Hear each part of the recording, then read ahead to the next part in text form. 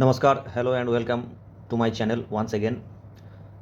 This is another part of my essay writing video, and the essay topic was the supreme art of war is to subdue the enemy without fighting.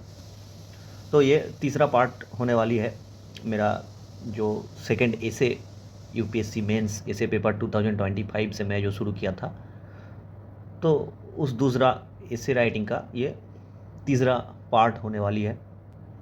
युद्ध करने का जो सबसे खास कौशल है वो दुश्मन को बिना लड़ाई किए हुए कैसे परास्त किया जाए, इसी विषय में था वो एसे टॉपिक। आज मेरा इस पार्टिकुलर एसे का तीसरा पार्ट मैं अपलोड कर रहा हूँ, तो आप लोग बने रहिए। बिना যুদ্ধে শত্রুকে পরাস্ত করাই হলো যুদ্ধের সর্বোৎকৃষ্ট রণকৌশল, এই বিষয়ে আমি আমার প্রবন্ধ লেখা শুরু করেছিলাম, যেটি ইউপিএসসি গত বছরের যে মেন্স এসে পেপার সেটি থেকে নেওয়া। তো তার অলরেডি দুটো পার্ট আমি আপলোড করেছি, আজকের সেই তৃতীয় পার্ট আমি আপলোড করতে চলেছি, তো আপনারা দেখতে থাকুন। আজকে যে বিষয়টি নিয়ে আলোচনা করব এসে টপিকের, সেটি হলো শত্রু চিহ্নিতকরণ বা শত্রুর পরিচিতি। Identification of the enemy. Who are the enemies? दुश्मन कौन? दुश्मन का परिचय क्या है? क्यों दुश्मन बन जाते हैं? तो ये है आज का जो टॉपिक। খাদ্য বাসস্থান এবং বংশবিস্তারের পথে যারা বাধা হয়ে দাঁড়ায় সাধারণত তাদেরকেই আমরা শত্রু হিসেবে চিহ্নিত করি। Whoever creates obstacles in the ways of getting food, habitat and reproduction is labeled as enemy। जो हम लोगों का ज़िंदगी का जो मेन 3 एम होती है कि कैसे फूड यानी खाना, और जो घर यानी हैबिटेट, और जो रिप्रोडक्शन यानी वंश विस्तार का जो हम लोगों का वेज है, मीन्स है, तो इस मीन्स में आके जो लोग बाधा डालते हैं उन्हीं लोगों को हम आमतौर पे दुश्मन या एनिमी कहलाते हैं। এই শত্রুকে পরাস্ত করাই হলো প্রকৃতির সৃষ্ট নিয়ম, আর তার জন্য শারীরিক বল প্রয়োগই হলো অধিকাংশ জীবের জন্মগত রণকৌশল। Almost every life in earth has an inborn characteristic to use their physical strength as the primary art of war to protect itself from the attack of enemies. दुश्मन को परास्त करने के लिए क्रिएचर्स जो है, अधिकांश प्राणियों का यही एक इनबॉर्न एक टेंडेंसी है, मतलब ये जन्म से ही वो लोग ऐसा टेंडेंसी उन लोगों के पास है कि जो शारीरिक बल प्रयोग करके कैसे हम एनिमी को रोक सके, ये हम लोगों का एक इनबॉर्न कैरेक्टरिस्टिक होती है। हम लोग हो चाहे कोई भी प्राणी हो दुनिया में, सभी का ये एक जन्म से चलते आया हुआ एक ক্যারেক্টারিস্টিক है। আদিম মানুষ প্রথমে খাদ্য সংগ্রহ থেকে শুরু করে আত্মরক্ষা উভয় কাজেই গাছের ডাল এবং পাথরের তৈরি অস্ত্র ব্যবহার করত।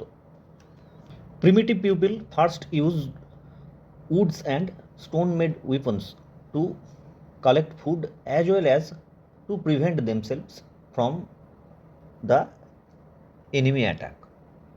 तो जो आदिम लोग थे वो लोग खाना संग्रह के लिए और ज़रूरत पड़ने से दुश्मन को मारने के लिए भी वही अस्त्र का वो लोग यूज़ करते थे, जो कि वो लोग लकड़ी और पत्थर से बनाते थे। এরপর মানুষ হয়ে ওঠে পৃথিবীর সর্বোৎকৃষ্ট জীব, এবং তারপর থেকে একমাত্র মানুষ ছাড়া বাকি সমস্ত জীবজন্তুর আক্রমণকে সে খুব সহজেই প্রতিহত করতে শিখেছে।